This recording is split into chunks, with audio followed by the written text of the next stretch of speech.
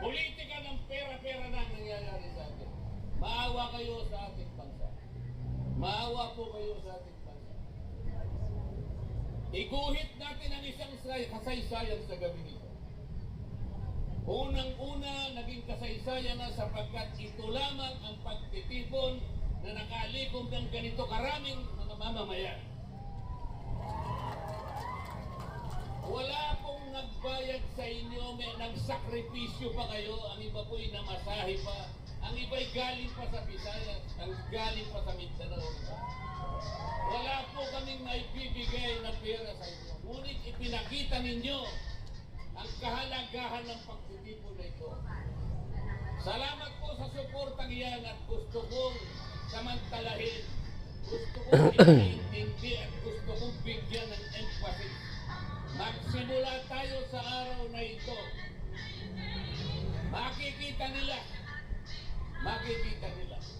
at malalaman nila kung sakasakaling ako'y nandun ako. Naniwala kayo sa akin. Kahit ilan pa sila, kahit sino pa sila, basta sa tama lamang po tayo. Huwag tayong lilihis sa tama.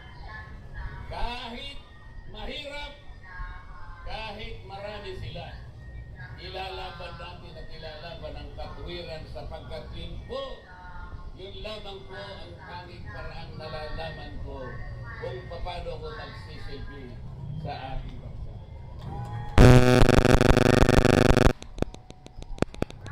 Bago po ako magtapos, gusto kong pag-isipan ninyo.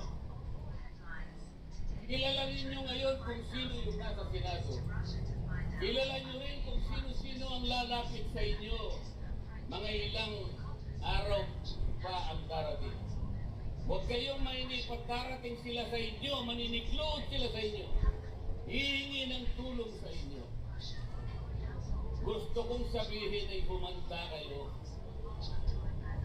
Liniin ninyo. Tandaan po rin yung sinasabi. Kapag inabot nila yung pera na yun, yun ang katibayan, yun ang simula ng pag-iinsulto sa inyo. Kunin nyo. Pero kalimutan nyo na yung mula ng tao. Para sa ganun po ay magkaroon ng pagbabago ang ating Senado. Hindi man lahat makapaglagay tayo doon kahit isa lang.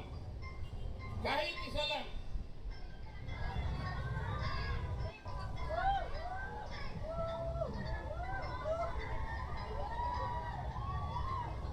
Ayos pa po ba kayong lahat? Kayo ba ay pinayaran para pumunta sa rally